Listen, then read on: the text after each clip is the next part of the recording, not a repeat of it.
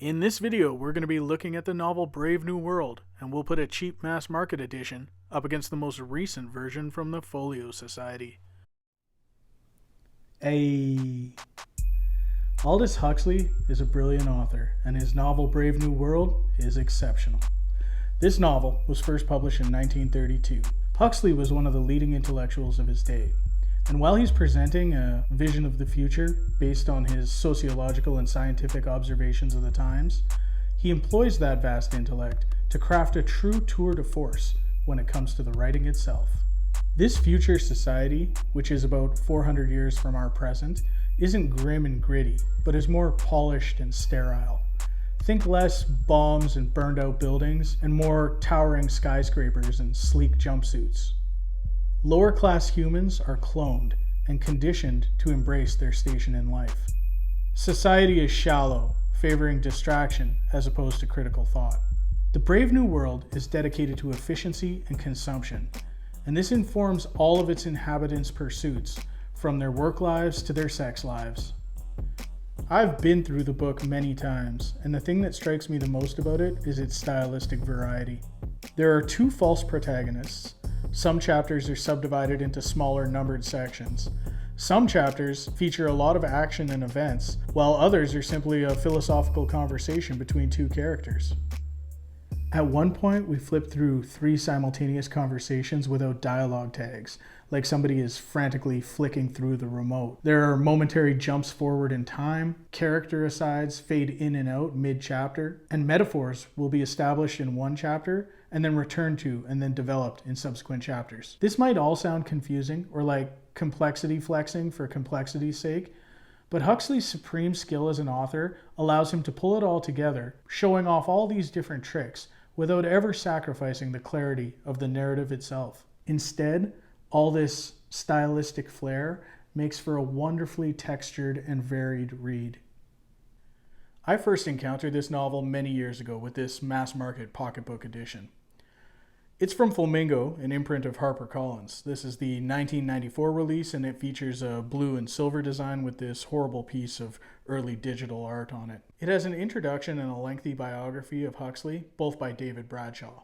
That's followed by a French excerpt from Nicolas Berdyaev, then a 10-page foreword from Huxley himself, which was added in 1946. While it's a decent little reader copy, when you get the chance to upgrade one of your favorite books of all time, you take it. So let's upgrade it. Here we have Brave New World from the Folio Society.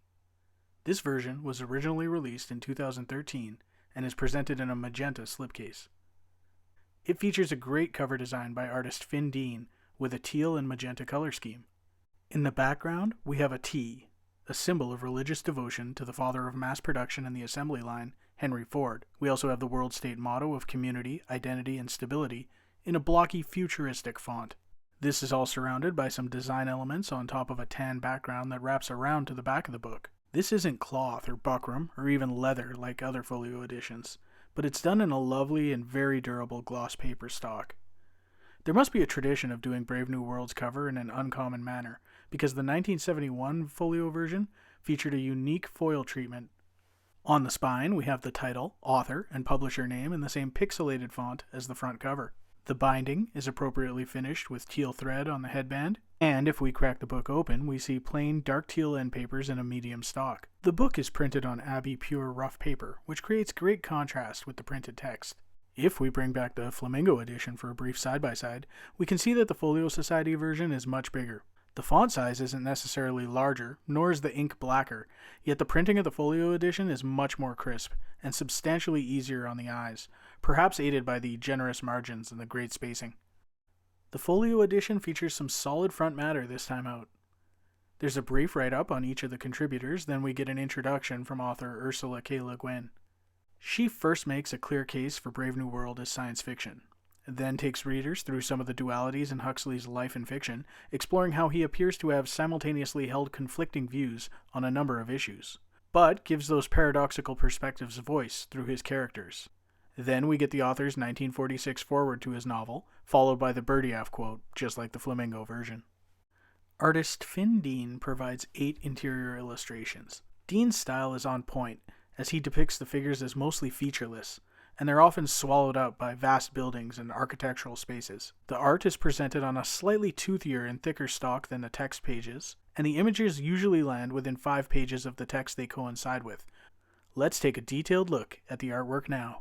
This first illustration is the frontispiece. It depicts the solidarity service that Bernard attends in Chapter 5.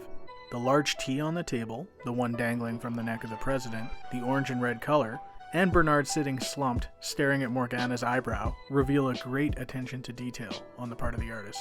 The second image is of the director of hatcheries and conditioning, taking a group of young students for a tour of the conditioning facilities on the 14th floor. The purple colors and the telescoping domes work to create a sense of scale, just as Huxley does in the early chapters, emphasizing the height of all the buildings. That same sense of urban scale is also present in the third illustration, which depicts a crowd of people heading in for a night of music and dancing.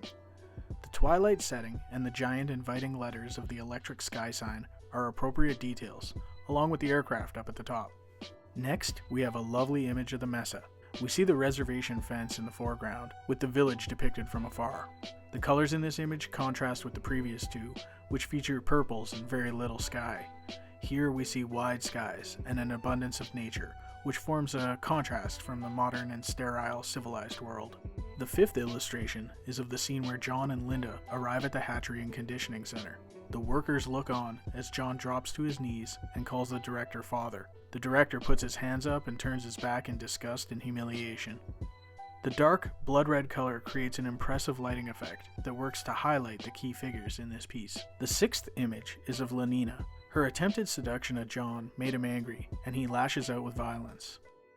Here, she's locked herself in the bathroom and looks over her shoulder in the mirror at the handprint on her back. The composition of this image is strong, with the black, green, and purple for the setting, which helps accentuate the pink nude form.